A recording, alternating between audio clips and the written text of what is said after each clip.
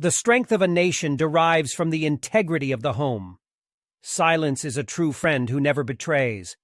Real knowledge is to know the extent of one's ignorance. Virtue is not left to stand alone. He who practices it will have neighbors.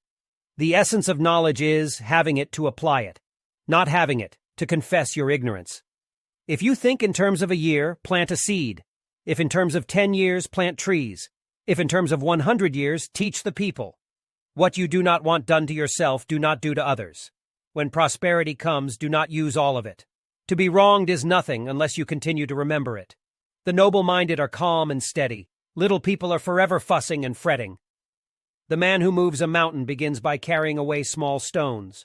To see what is right and not to do it is want of courage. The superior man is distressed by the limitations of his ability. He is not distressed by the fact that men do not recognize the ability that he has. To be able under all circumstances to practice 5 things constitutes perfect virtue.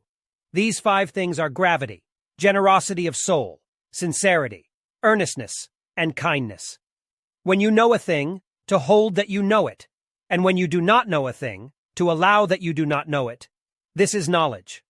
When you see a good man, try to emulate his example, and when you see a bad man, examine your own heart. Wisdom, compassion, and courage are the 3 universally recognized moral qualities of men. The more man meditates upon good thoughts, the better will be his world and the world at large.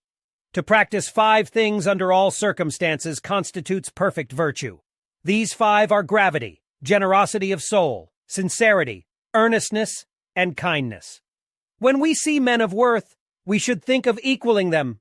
When we see men of a contrary character, we should turn inwards and examine ourselves.